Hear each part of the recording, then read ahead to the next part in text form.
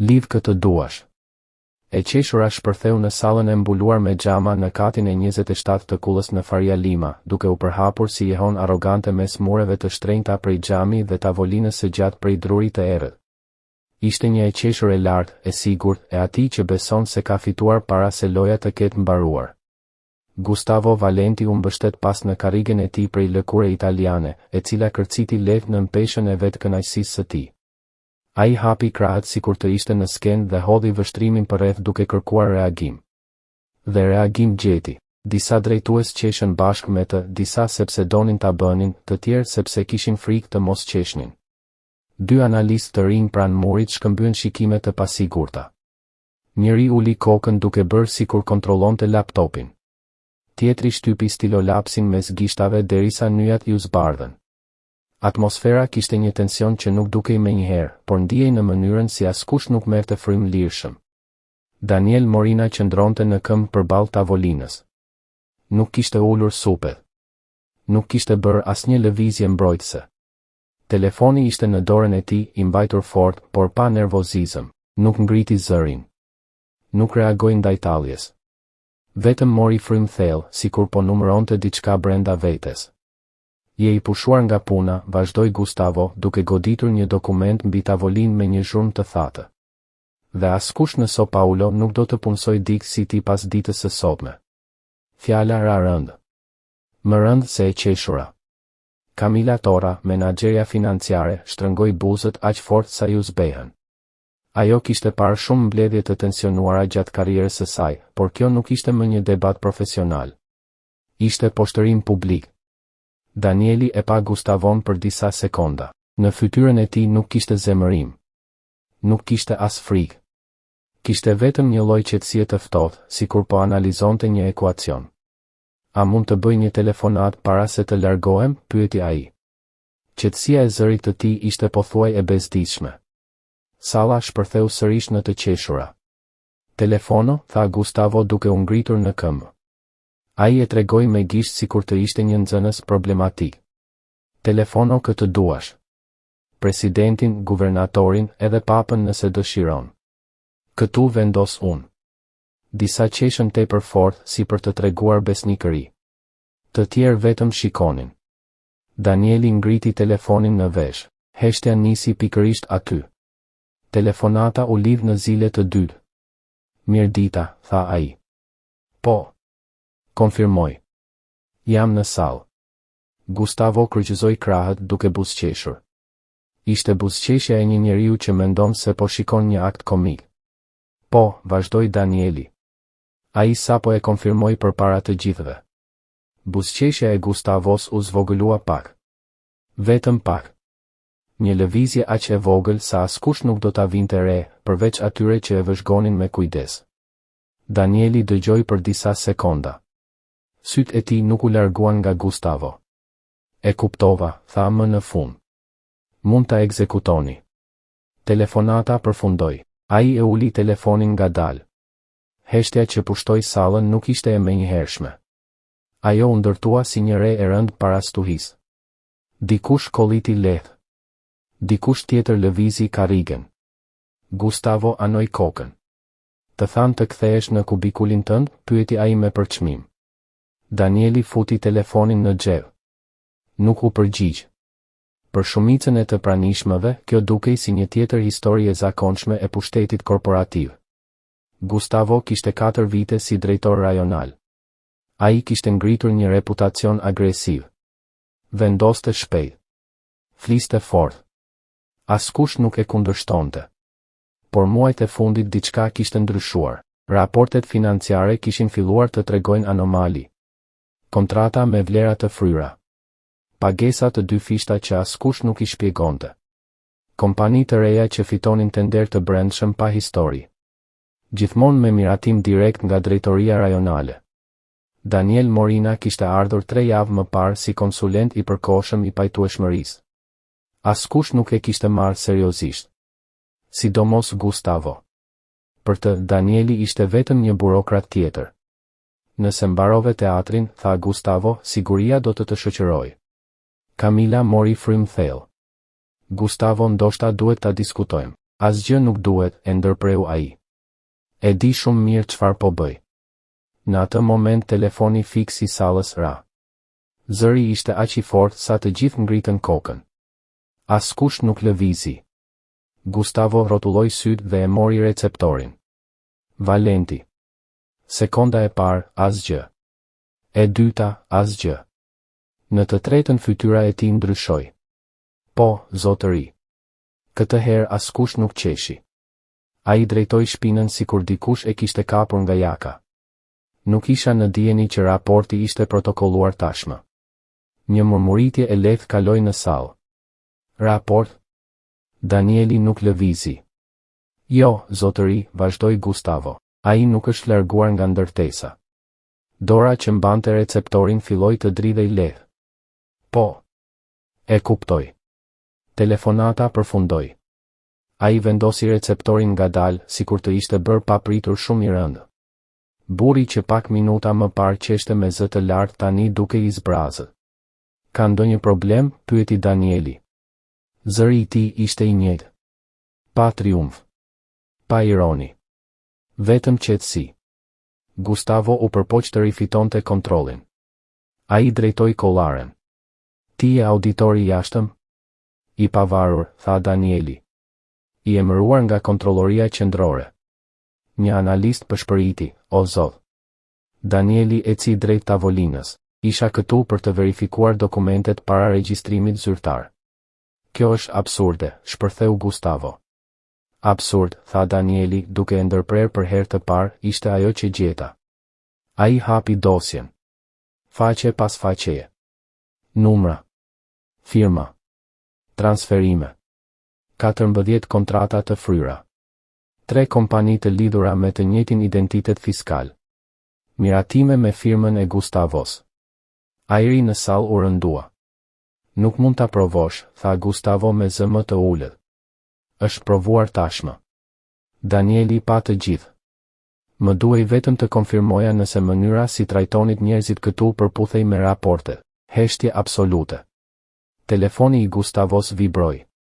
Mesazh. Qasja në sistem e bllokuar. Pastaj email. Pezullim preventiv. Ngjyra I u zhduk nga fytyra. Pushteti nuk është mburoj, tha Danieli. Është përgjegjësi. Askush nuk foli. Askush nuk qeshi. Dhe për herë të parë në atë sallë, Gustavo Valenti nuk dukej më si drejtori rajonal. Dukej si një njeri që sapo kishte kuptuar se loja kishte përfunduar shumë kohë më parë, vetëm ai nuk e kishte kuptuar. Ti je auditori I jashtëm? Pyeti Gustavo, dhe për herë të parë që nga fillimi I mbledhjes zëri I tij nuk tingëlloi si urdhër. Ishte më shumë një kërkesë për konfirmim, si dikush që shpreson ende se përgjigjja mund të jetë ndryshe. I pavarur, u përgjigj Danieli pa ngritur tonin. I emëruar nga kontrolloria qendrore e grupit.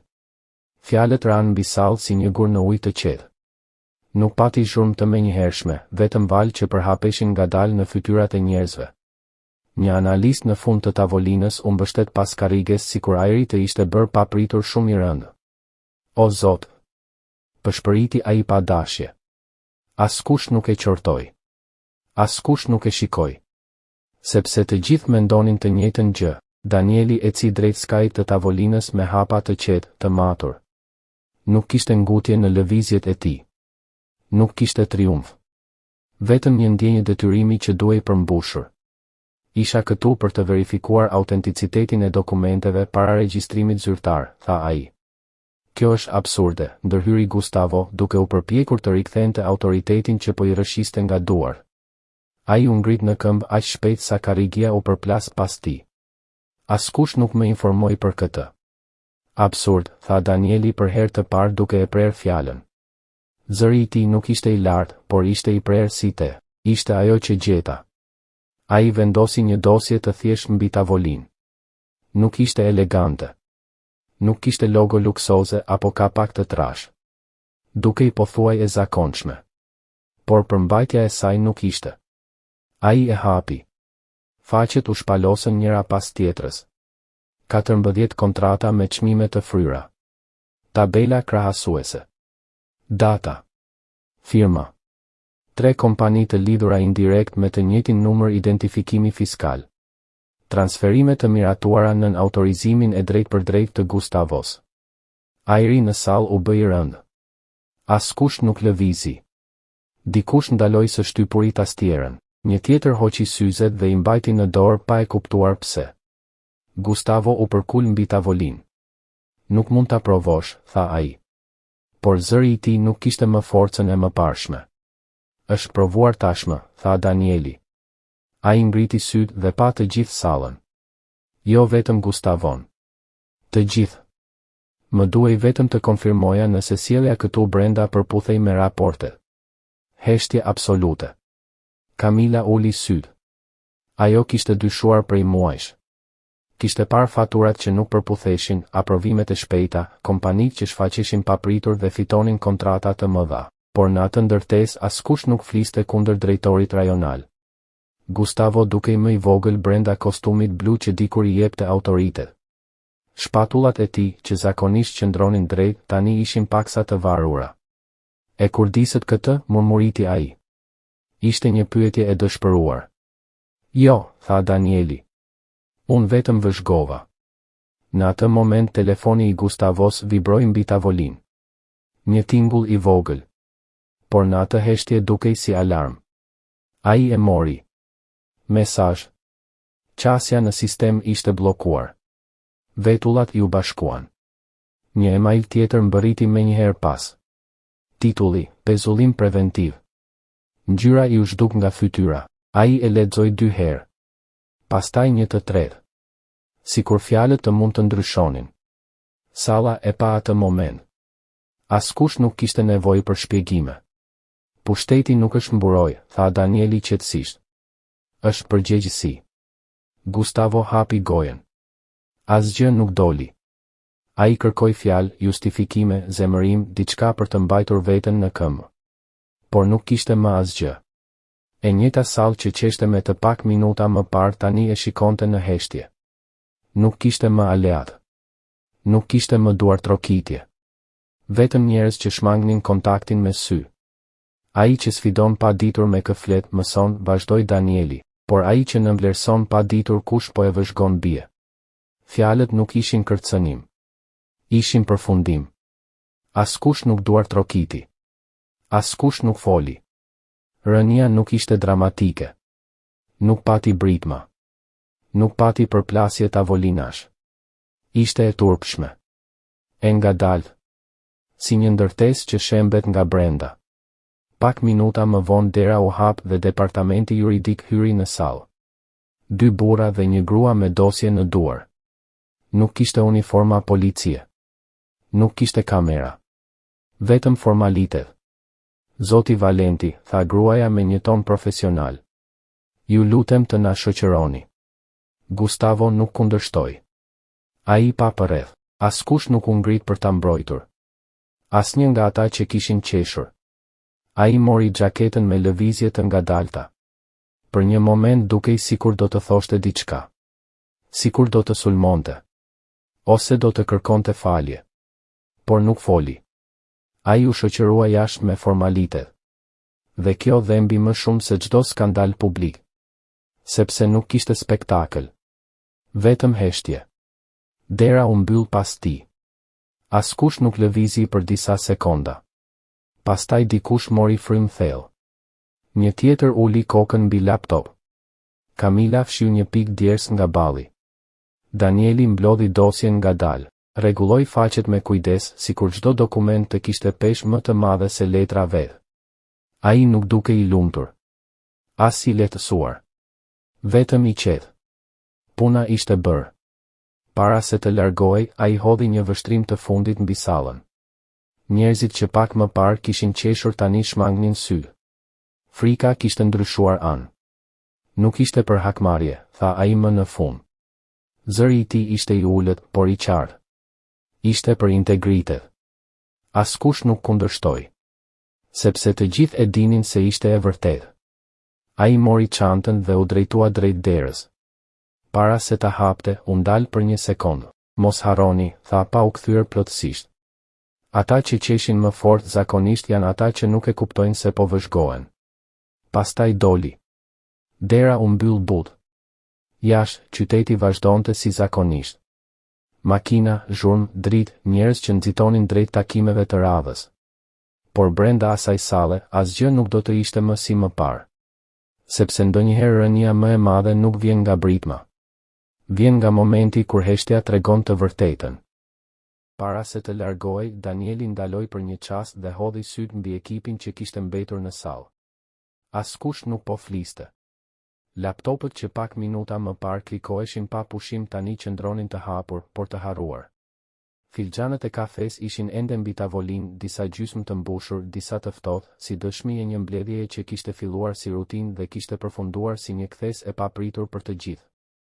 Ai nuk pa vetëm fytyra. Pa reagime. Pa frikë. Pa reflektim. Kamila mbante ende sytë ulur duke përtypur në heshtje gjithçka që kishte ndodhur. Analistët e rinj dukeshin sikur sapo kishin kuptuar se karriera nuk ndërtohet vetëm me numra dhe rezultate, por edhe me zgjedhje morale. Edhe ata që dikur kishin qeshur me Gustavon tani dukeshin të vogël brenda karrigeve të tyre. Nuk ishte hakmarrje, tha Danieli më në fund. Zëri i tij nuk kërkonte vëmendje, por e mori gjithsesi. Ishte integritet. Fjala qëndroi pezull në ajër. Nuk ishte një fjalë dramatike. Nuk ishte as triumfuese. Ishte e thjeshtë. Dhe ndoshta pikërisht për këtë arsye goditi më fort, sepse në atë ndërtesë, për shumë kohë, integriteti kishte qenë vetëm një term në manualet e kompanisë. Një kapitull në prezantime. Një fjali në emailet institucionale. Tani kishte marrë formë. Danieli u kthye drejt derës. Dora e tij preku dorezën, por ai nuk e hapi menjëherë. U ndal për një moment, sikur të donte të linte diçka pas, jo një këshill, por një kujtesë. Mos harroni, tha ai pa u kthyer plotësisht. Ata që qeshin shumë fort zakonisht nuk e kuptojnë që po vëzhgohen. Askush nuk reagoi. Sepse secili në atë sallë e dinte se fjalët nuk ishin vetëm për Gustavon. Ishin për të gjithë. Dera u mbyll me një tingull të butë. Jo një përplasje. Jo një fund dramatik. Vetëm një klikim i lehtë që dukej pothuaj i zakonshëm. Por brenda sallës gjithçka kishte ndryshuar. Për disa sekonda askush nuk lëvizi. Një analist hodhi sytë drejt vendit ku Gustavo ishte ulur më parë.